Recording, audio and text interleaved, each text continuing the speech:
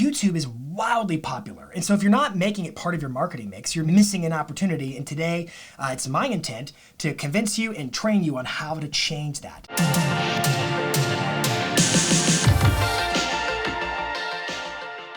What's going on, Tom Ferry Show viewers? My name is Jason Pantana. I'm a business coach and national speaker with Tom Ferry, and I am back for another episode of the Tom Ferry Show. Welcome, welcome, welcome.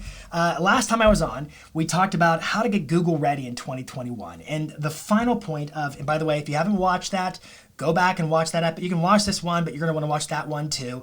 It was about getting Google ready in 2021. And the final point I made was that in order to be Google ready in 2021, you must also be YouTube ready in 2021. And today I intend on talking a lot about how to get YouTube ready in 2021. So first things first, let's kind of talk about what makes YouTube special. What's its secret sauce? What's unique about it?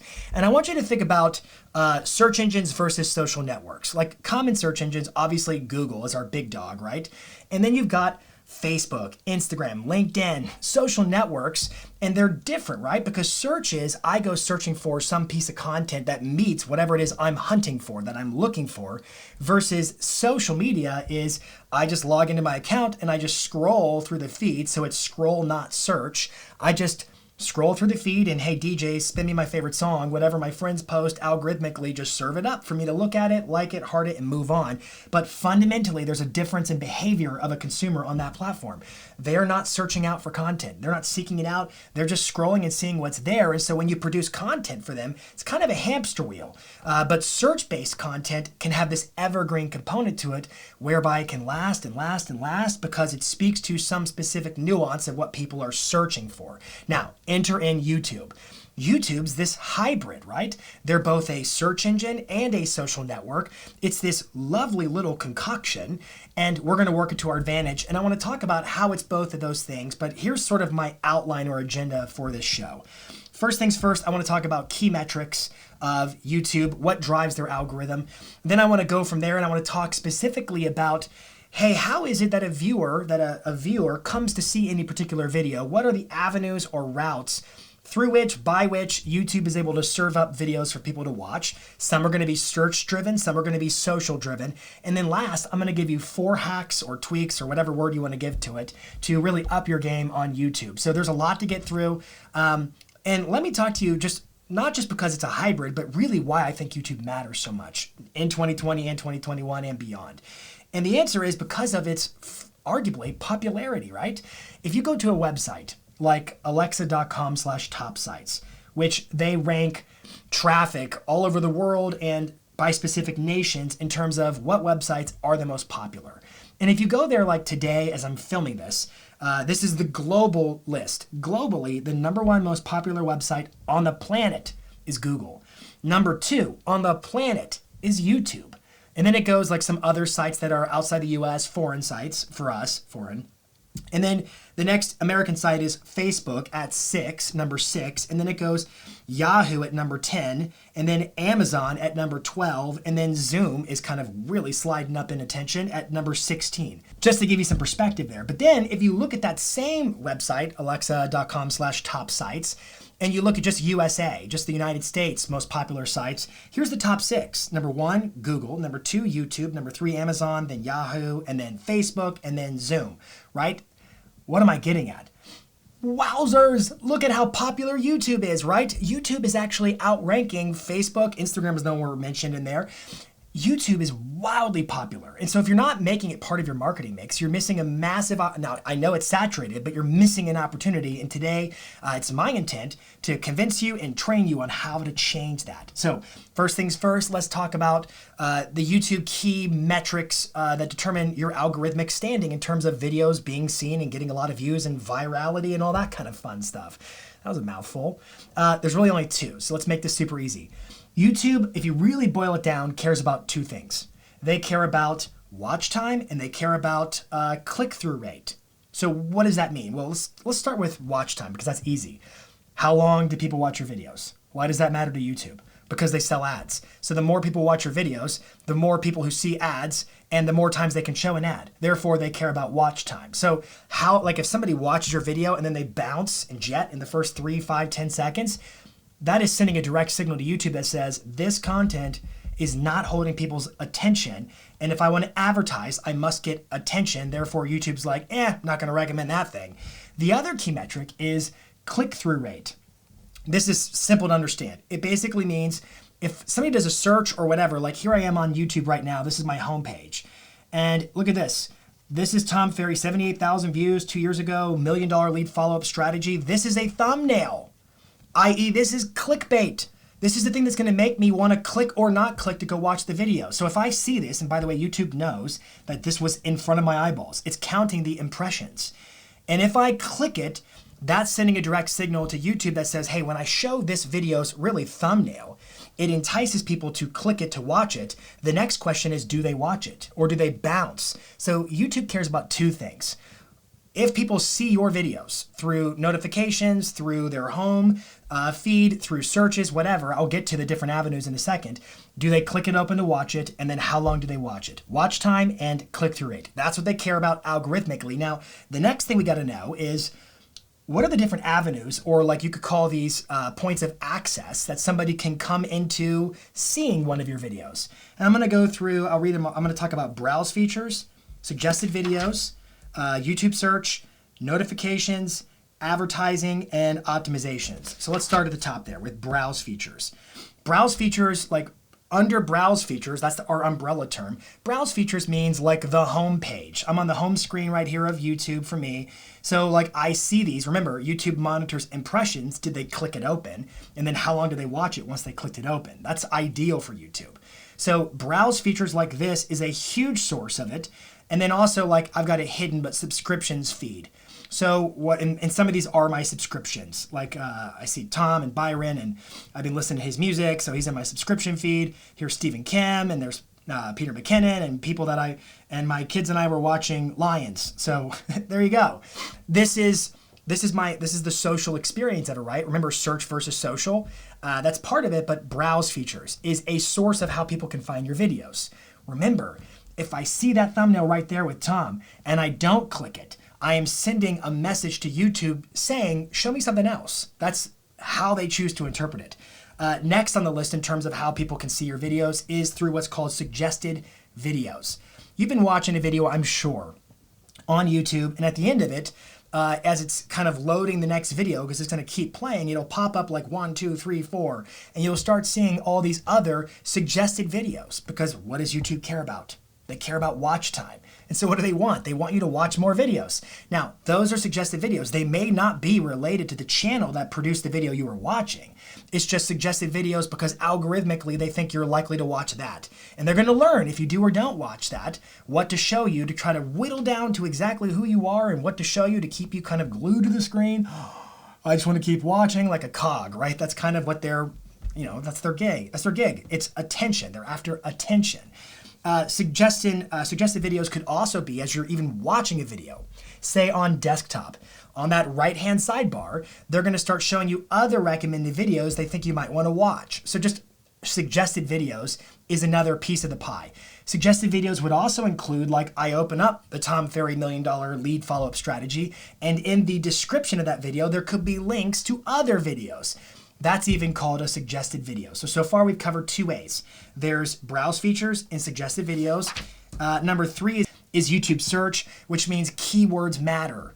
Keywords matter. I'll talk about that in a little bit. What are people searching for? I'm going to recommend a tool like TubeBuddy, T-U-B-E, Buddy. We're not endorsed by them, but I use them personally. And the reason I like that is because it integrates with my YouTube, and it can give me all kinds of analytics on search performance. I can type a search on YouTube and it will tell me, here's how many average monthly searches from other users using that same query there are. Here's some other related searches. And what it can tell me is there's a high volume of searches and or there's a high or low volume of, listen close, videos that supply that search. So it's just supply and demand, right? When you think about YouTube search, it's supply and demand. What do I want? I want videos that have, or rather I want search phrases that are widely utilized where there's not a lot of videos, meaning I don't have a lot of competition, so my video can show up there and rank pretty darn well as far as search goes. So YouTube search is most certainly one of the pieces of the pie in terms of how YouTube shows videos to people. Notifications, so let's go to Tom Ferry's notice here I'm on Tom Ferry's channel. I am a subscriber. It says subscribed. And I've got the bell turned on. I'm what's called a belled subscriber, meaning I've activated notifications. And so therefore, because I've done that, what that means is I can get emails, or rather I do get emails whenever Tom uploads a new video to YouTube. I typically get my emails. I think his are scheduled to upload at the beginning of the day. So like at 6 a.m., there's an email that hits my inbox like Tom Ferry uploaded the Tom Ferry Show or whatever it is, because I'm a belled subscriber. And that's another way people can find your videos. Next on the list is advertising. YouTube has two main forms of advertising. They have what are called in-stream ads and video discovery ads. In-stream ads are the ones that play before the video you're trying to watch. And it's like after 5 seconds, I can press skip ad. Sidebar and caution. Let's pretend you're using a video that has to be published. So it's a video you've uploaded to your channel in order to make it an ad, right? And let's say the video is 60 seconds long and people always press skip ad, skip ad, skip ad at the 5-second marker. Guess what you're doing? You're actually killing your organic algorithmic juice, because watch time is getting annihilated every time people press skip ad. So if you're running a lot of in-stream skippable ads, I would actually advise a lot. It needs to be a lot. I would actually advise running those from a separate channel that you use just for advertising, like hosting the videos you advertise with.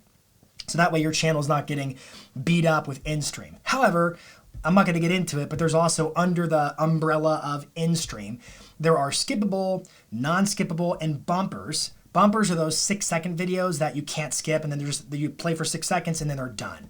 So there are those options also. That's one ad type for YouTube. It's in-stream ads.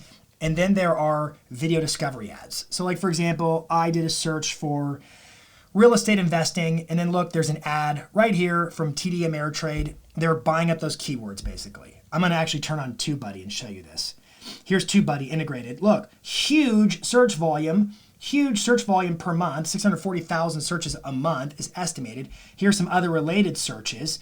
But competition, it's like, don't do this one because there's a ton of competition. So when it says poor, it means don't try. It's a super noisy space. And it gives me an overall index. It's a 14 out of 100, not a good keyword to go after. So like, that's the power of understanding search, but I digress. So let's get back to it. Advertising has in-stream, and it's got video discovery. And then last is optimizations. This is the last way people can find your videos. Optimizations means things that you've done, which I'm going to get into here in just a second with 4 hacks. Things you've done to drive viewers to watch your videos. Like, for example, at the end of the video, you can add an end screen where they can go, and it's like a recommended video for them to go watch another video on your channel, and that then becomes the source of how they came to watch that video. So real quick review, we talked about browse features, suggested videos, YouTube search, notifications, those belled subscribers, advertising, and optimizations. That's how people can actually watch your videos. Now, let's talk about what you can do to really up your game on YouTube, because you need to be ready to roll on YouTube, in my opinion, to crush it with all things SEO, with all things Google, YouTube, and related in 2021. So first things first, let's talk about upload cadence. Tip number 1 is define your upload cadence. In other words, like, how often are you going to post? What's the quote? The quote is, consistency is the foundation for success on YouTube. Without it, you might be able to capture attention, but you won't be able to keep it, right? I'm sure you've heard something like that. You might have one video that goes viral, but then capturing attention versus keeping it are two vastly different things. So the number 1 tip that I'm giving you, and this is like the roll up your sleeves, sweat equity, do the work, is what's your upload cadence? What content are you going to produce? How often? Find a plan that you can stick to and then keep rolling. I've even heard people say anecdotally, like, until you have 100 videos on YouTube, it's not even really algorithmic whatever. It's not really likely to do anything. Whether that's true or not, here's what I think we can all agree on. You need to have a pace, a consistency of uploading content on YouTube. Number 2 is your channel. I'm going to call it your channel ambiance, the aura of your channel, if you will. So like, I'm looking at Tom Ferry's channel right now. And what do I see? I see this is called the channel art across the top. Great channel art. I love the call to subscribe here. He's like literally anticipating me subscribing to his channel. He wants subs. He wants subscribers. He's got his links to Facebook and Twitter and Instagram and LinkedIn and his favicon there that links to his website, tomferry.com. Channel art. Also, this is called the channel icon. It's your photo. The name of it. Down, like he's right here because I'm a subscriber. I am seeing his featured content.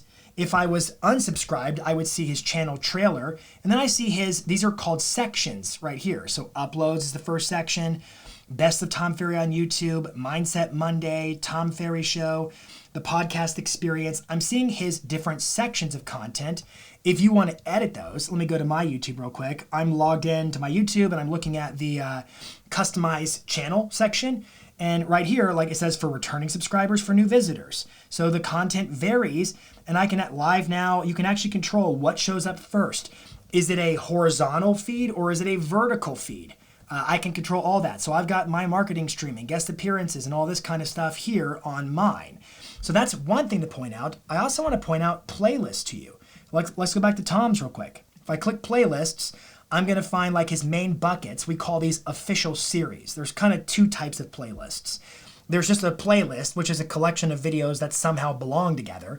And then there's what's called an official series, i.e. it's a main source of content. So like the Tom Ferry Show is an official series, a main source of content. Tom's Vlog, Mindset Monday, the housing updates with KCM that we do, the Tom Ferry podcast experience. These are official series, but then we've got these sort of accessory playlists, new to real estate training events, Success Summit feature keynotes, business marketing. These are topic-based where we can pull from our main series of official content and then drop them in as they fit. So that's playlisting. Let me show you something here. I've got a playlist of mine open, and I'm going to show you like I can click edit on this playlist. Mine's called Marketing Stream. I'm going to click Playlist Settings. I'm going to click Advanced Settings, and I'm going to look here, and I've got it set to public. And I've got it ordering date published. I want the newest video to show first. The newest video to show first if I'm doing episodic content. And then I can do some other fun things here, but this to me is sort of important. Otherwise, it will go to the back of the list. And then people are less likely to click on it. So that's, let me see if I hit everything there. Last thing on the ambiance of your channel is like your about section, your bio, the details. Is this channel subscribable? When people find here to this, when they navigate to this channel, are they going to want to subscribe? Is there content, or is this what I call a cul-de-sac channel? A cul-de-sac channel is I go there, there's like one video, there's no reason for me to subscribe. You've got it. So that goes back to point number one, your upload cadence. Don't have a cul-de-sac channel. A cul-de-sac channel means like people navigate there and there's nothing there to look at, and so they're going to bounce and exit, which downplays algorithmically your watch time, your click-through rate. You're sending a direct signal to YouTube that you're not worth subscribing to. So it's all about that content cadence. And then we talked about your channel ambiance. Is this channel subscribable? Hack number 3 is, and I know this is kind of a long one, but I think there's useful stuff here for you. Hack number 3 is optimization. Optimization of your actual videos. I'm going to go through a couple of things. 1, cards and end screens. If you've watched a video where it's like, hey, by the way, I made this other video, click the card above, and then some text appears and they can click it. That's called a card. That's okay, but because what I don't really love is people clicking off my video. I prefer end screens. End screens are at the end of your video, it's going to say, hey, here's another video you might like, or a whole playlist. Because the benefit of a playlist is I'm kind of building in the idea of streaming multiple videos at once. Watch this one, and then binge watch my whole channel, which helps me algorithmically, right? So end screens are critical. The way you do those is you go find your video on your channel after it's been uploaded. After you click edit video while logged into YouTube, and then you can add those end screens, and it's so easy. Calls to action and prompts. Like, hey, by the way, if you haven't subscribed to Tom Ferry's channel, click that subscribe button and turn on the bell to get notifications, right? That's a call to action. If you look here on his channel, there's a subscribe here arrow trying to direct me on that little channel homepage to subscribe to the channel. So have you optimized, not like to a point of ad nauseum, but have you optimized to say, hey, leave a comment, subscribe to the channel, share this video across social. Are you optimized in that way with your content? Logo, sting, and bumper.